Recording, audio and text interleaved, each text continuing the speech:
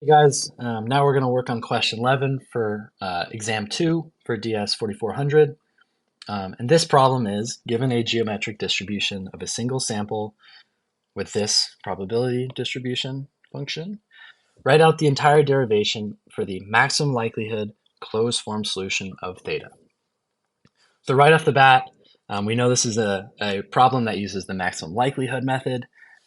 And so before we jump into actually solving this problem, I want to give kind of an intuition of what this method is trying to do. So instead of using the geometric distribution, I'm going to go to something that we've seen a lot of, and that is this. So, assuming you're a data scientist and you get a problem you have a bunch of samples and you want to figure out something about the probability distribution of the samples, the best thing to do is to create a histogram. So let's say we did that. So looking at this distribution, looking at this histogram, immediately it seems like this is going to be a Gaussian distribution, right? This is going to be a bad drawing, but yeah, we got the bell curve, terrible drawing, whatever. So you guys are smart data scientists, so you know the two parameters of a Gaussian distribution are mu and sigma. And what we've also learned in class is, well, mu is just equal to the expected value of x, and sigma is just equal to the square root of the variance of x, right? And this was kind of told to us, but the goal is to figure out an intuition of why that's true. And that's actually something that the maximum likelihood estimate can help us solve for. So for this problem, we're going to say that we don't know anything about the best possible estimators for mu and sigma, but we're instead going to try to guess it. And then we're going to try to build some intuition off those guesses. For simplification, I'm only going to look at mu and not worry about sigma for now. But this idea can also be applied to sigma.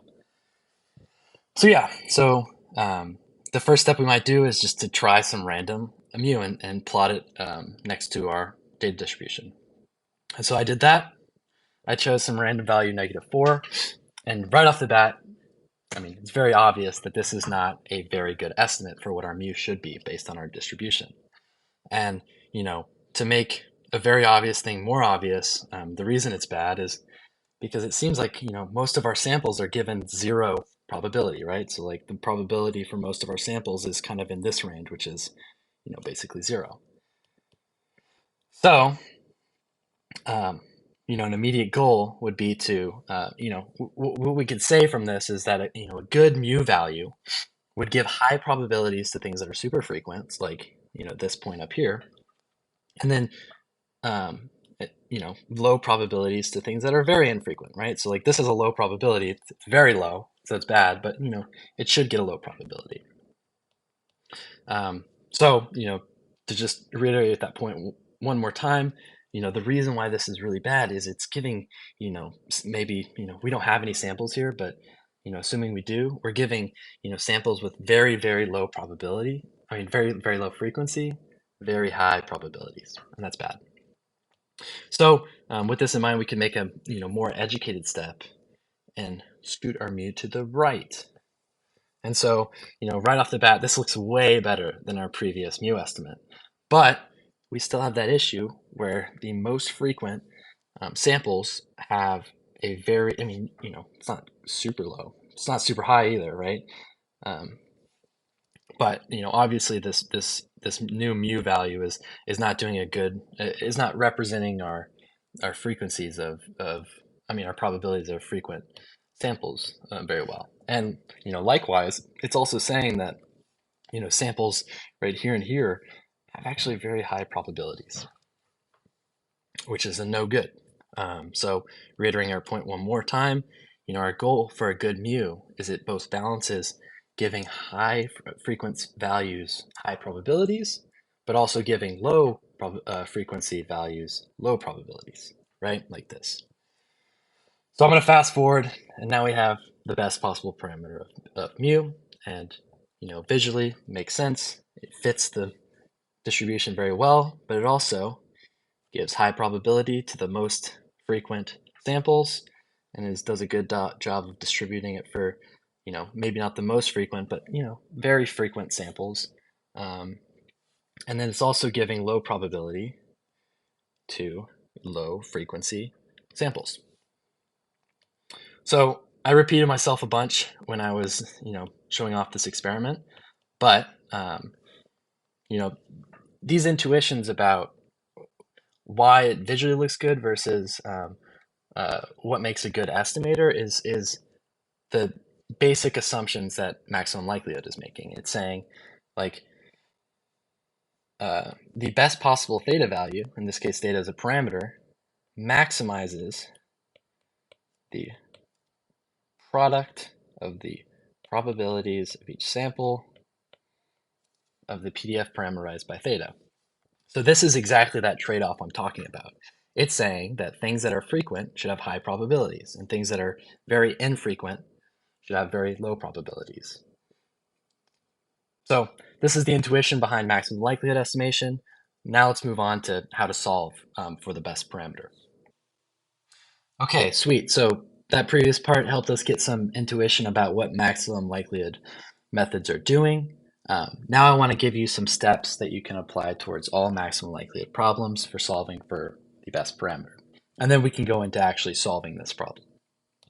Okay, so there's 4 simple steps that we can use when solving maximum likelihood problems. The first one is something we've already done before, and that is defining our objective. So as I said previous, the maximum likelihood estimate objective is to find the theta which maximizes the product of the probabilities of each samples parameterized by theta. For this problem, I could just set this equal to the max theta. Lucky theta is the actual parameter we're finding here. From I to n of, in this case, I'm going to say 1 minus theta, xi minus 1 theta. So the next step is to take the natural log of this objective and to simplify. One thing we learned in class is that, so I'm going to write right here, the max x f of x is actually has the same minimum, or sorry, maximum as the max x log f of x. So this doesn't seem super helpful, but it'll actually be really awesome for simplifying our objective. So reiterating that point again, we have our original objective, and then this turns into the max of the natural log of our original objective. Oop, I forgot a parenthesis. So once we've taken that natural log, we can use our log rules that we've learned in class to simplify this objective. I'll do this later. So yeah. And then the third step is we take the derivative with respect to theta of our simplified objective. And the final step is we set it equal to 0 and we solve for our best theta. Yep. So 4 easy steps. Now let's go to the actual solution. So if I rewrite our objective real quick, our goal is to maximize theta product from I to n of 1 minus theta xi minus 1 theta. So using this rule right here, I can say this is equal to finding the max theta of log pi I n 1 minus theta xi minus 1 theta. Wow, there's a lot of thetas. Okay.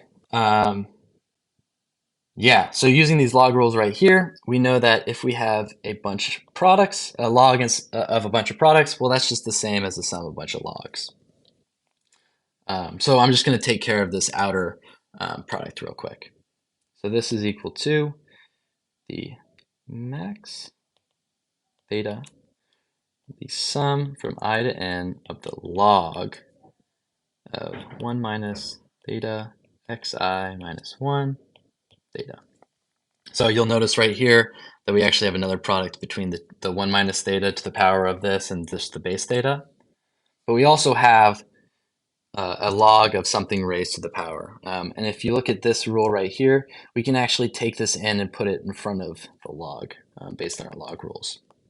So I'm going to do a few steps here of simplification just for time's sake, but I'm just using these 2 rules up here. So this is equal to max theta sum from I to n. Do I have enough room? Of xi minus 1 log 1 minus theta, right? That's me simplifying this term. And then plus log of theta, I'm running out of room, and that's this term. Okay, so let me just write that down here so you guys can see it. So we have the sum from I to n of xi minus 1 log 1 minus theta plus log of theta. Sweet. So this is kind of the simplest form of the objective, and if you remember, solving for the closed form requires us to take the derivative of this objective and set it equal to 0 and solve for the best theta. So let's take the derivative real quick. So I'm just going to write d of d theta of this. I'm going to drop this max right here. And yeah, here we go. So let's take the derivative. So since we're taking the derivative with respect to theta, we know that this is just kind of a constant term. And if you remember your derivative rules for logs, hint, I'm just going to call this log a natural log. So instead of thinking of this like some log base, whatever, let's just say it's a natural log. So we know that d theta of the ln of like f of theta, right, is just equal to 1 over f of theta times the chain rule, right? So d theta f theta. Right, so I'm going to use this here and here to simplify this, to take the derivative of this equation. So with that in mind, we get this is equal to the sum from I to n. Remember, this is a constant, xi minus 1. And then remember this 1 over the function inside the log. And then if we take the derivative of this right here, we know that's -1, right? So we could keep that -1. And this next part is trivial, 1 over theta. Sweet. Nice. So now if we set this equal to 0, so we say this is equal to 0, then we have 0 is equal to sum, and just for conciseness sake, I don't know if that's a word, since this term over here is not really connected with xi, we can move this out of the sum, right? So we should be summing, 1 over theta n times. And another thing right here is that this is a constant multiplier, right? It's not dependent on the term of the sum, so we can also move that out of the sum. So I just said a lot of words there, but let me write out what I meant by that.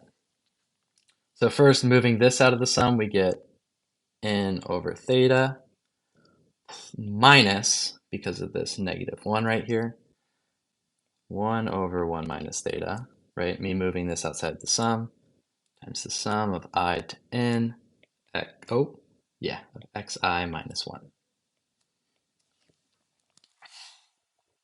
Sweet.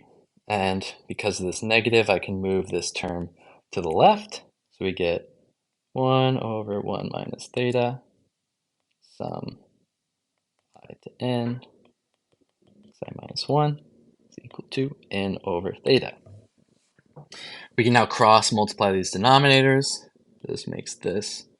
I'm gonna distribute this theta. So we have theta sum I to n minus 1 is equal to, and then multiply this across. So we have n minus n theta.